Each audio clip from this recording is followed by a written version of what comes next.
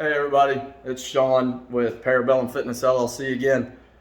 Today I want to go over how to do a barbell good morning and the purpose behind that barbell good morning. So barbell good morning is meant to strengthen the glutes and hamstrings again, as well as the lower back, but it also works that nice V cut here in the core that everybody wants to get a hold of because you're tightening up your core so much.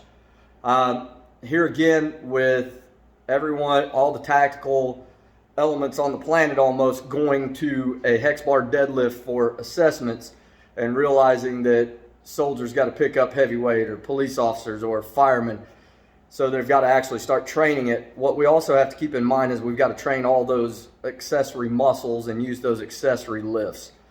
So as far as what I've been doing with powerlifting, I can say that doing a ton of barbell good mornings and banded good mornings have really assisted in increasing my deadlift as well as my squat. But what it's also done is it's also corrected some back issues that I was having, where I would wake up and be extremely stiff, or my SI joint would need to be popped back into place. So it's really done a lot for me as far as that goes. But what I'm going to do is I'm going to go ahead and get into the lift. I'm going to try and do as many angles as I possibly can without losing some kind of quality. Hey, I don't have a cameraman, and even though it's a really nice gym, it's still my garage. So we're starting out here. Okay, so I'm going to pick up my barbell here. All right, and it's a 45-pound barbell. So I'm going to go ahead and press it up over.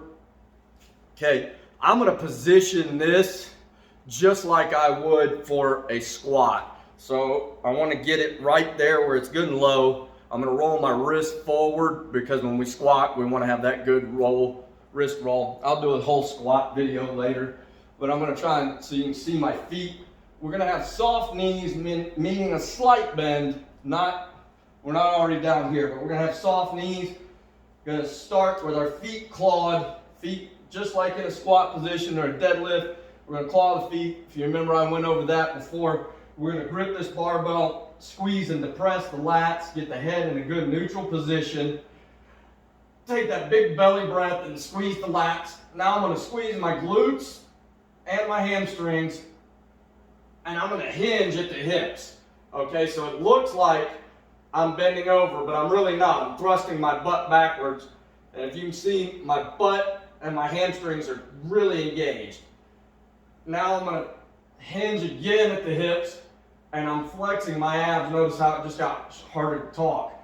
So here I go again. I'm thrusting my butt back. I'm hinging at the hips. If you see, my knees aren't straightening or bending, so it's not a squat. Okay, so that's the front angle, or that's the side angle. Here I go, right here in the middle again. I'm going to show you from the front.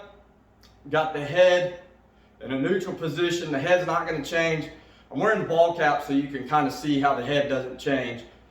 Claw the feet, tighten the abs, and hinge.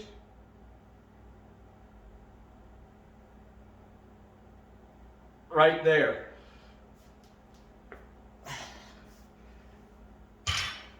So again, that's going to work the hamstrings and the glutes into the lower back, but it's also working the core right here and strengthening that.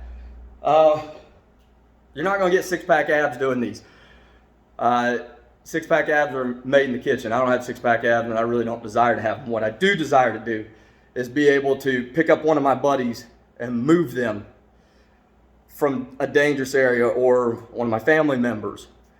What I also desire to do is, as I get older, I've got a month and a half before I turn 39.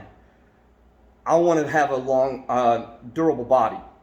I want to increase longevity for my body. I've got young kids, and I want to be 50 running around with them.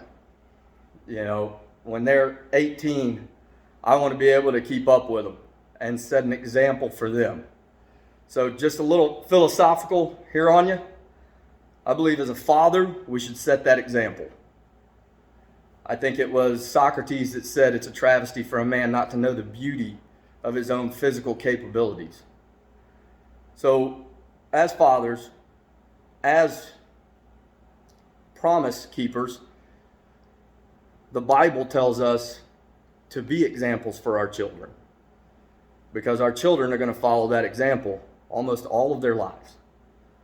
So for me, yeah, I love lifting, but it's also about what are my boys seeing me do? Did my boys see me sit on the couch? Absolutely. Yeah, they absolutely see me on the couch. But more often than not, they're out here with me. They see me lifting. They're lifting something because I want them to have that confidence that they are physically fit. It's not just about muscles, biceps, and triceps. It's about they are confident in their own skin, in their own capabilities. Being confident comes from within, yes, but if you put in the work on something, you're more than likely confident when it comes to the test. I know every physical event that I've ever done, I go into it either confident or already screwed because I've either put in the work or I haven't.